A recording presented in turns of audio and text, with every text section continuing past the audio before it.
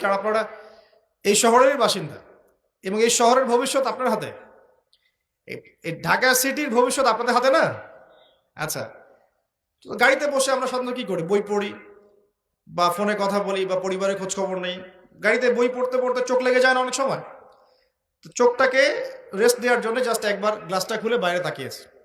পাশ দিয়ে একটা গাড়ি চলে গেল, একটা উবার টাইপের একটা গাড়ি চলে গেল, ড্রাইভার গাড়ি চালাচ্ছে। পিছনের সিটে, আপনার শহরের অবস্থা বলছি, পিছনের সিটে আমি দেখলাম যে একটা ছেলে এভাবে বসে আছে, আমি যেভাবে বসে আছি, আর একটা মেয়ে তার উপরে উঠে বসে আছে ওপেন রাস্তার মধ্যে। এটা আপনাদের শহর। আমি যে বলি যে কিয়ামতের যত সায়েন্সগুলো আছে, নিদর্শনগুলো, সেগুলো মোটামুটি প্রকাশ পেয়ে গেছে এই সব শহরগুলোতে। আপনারা তো বিশ্বাস করতে চান না। নবীজি এটার কথাই বলছিলেন হাদিসে যে কিয়ামত ততদিন পর্যন্ত হবে না যতদিন পর্যন্ত মানুষ গরু গাধার মতো রাস্তাঘাটে জেনা করবে না। স্পষ্ট হাদিস আছে, কিয়ামত ততদিন পর্যন্ত হবে না যতদিন পর্যন্ত মানুষ গাধার মতো রাস্তাঘাটে জেনা করবে না। এগুলো জেনা না? জেনা মানে কি শুধু ওই সেক্সুয়াল শারীরিক সম্পর্কই জেনা?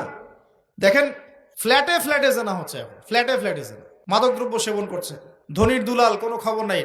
একটা অসুস্থ প্রজন্ম তৈরি করছে আমরা, জানেন? এই প্রজন্মের ছেলেরা নাস্তা করে 12টা-1টার দিকে, দুপুরে। এদের রাত হয় 12টা-1টা পর্যন্ত, ঘোরাফেরা করে, ফজরের নামাজের সময় ঘুমায়। ফজর নামাজটা পড়ে ঘুমায় না, কিন্তু ফজর নামাজের সময় ঘুমায়। উঠে দেখবেন 12টা-1টায় নাস্তা করে, 12টা-1টার দিকে। এরা সালাম দিতে লজ্জাবোধ করে, এরা সালাম দিতে লজ্জা পায়, পিতাকে সালাম দিতে লজ্জা পায়। হ্যাঁ, টাকটুর উপরে কাপড়, দাড়ি রাখা এদের কাছে মনে হয় ব্যাকডেটেড থিঙ্কিংস। হ্যাঁ, এরা পাপকে পাপ মনে করে না, মাদককে এরা স্বাভাবিক মনে করে, জেনাটাকে স্বাভাবিক মনে করে। ফ্রি মিক্সিং, জেনাটা খুব স্বাভাবিক, বয়ফ্রেন্ড গার্লফ্রেন্ড খুব স্বাভাবিক বিষয়, ঠিক আছে? বাপের টাকা পয়সা থাকলে এগুলো নিয়ে বন্ধুদের সাথে মজ মাস্তি করাটাকে এটা ফ্যাশন মনে করে, টাকা উড়িয়ে দেখে ফ্যাশন মনে করে। ওই টাকা পয়সা কামাই করতে পিতাদের কত কষ্ট হয়েছে ওরা জানে না, পিতারা জানে। এই প্রজন্মের মেয়েরা দেখবেন পর্দাটাকে ব্যাকডেটেড থিঙ্কিংস মনে করে, চুল খোলা রেখে গেঞ্জি টি শার্ট পরে বাইরে ঘুরতে যারা পরিমাণ লজ্জাবোধ কাজ করে না, যারা পরিমাণ না। বিভিন্ন অকেশন আসলে দেখবেন মোমবাতি জ্বালিয়ে অগ্নি পূজা শুরু করে দেয়।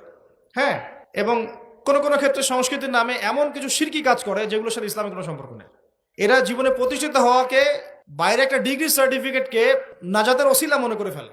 নামাজ, রোজা, হজ, জাকাত, ইসলামিক কালচারগুলা তাদের কাছে মনে হয় এগুলো শেষ বয়সের কাজ, এই বয়সে করার দরকার নেই। আমরা একটা অসুস্থ প্রজন্ম তৈরি করে যাচ্ছি।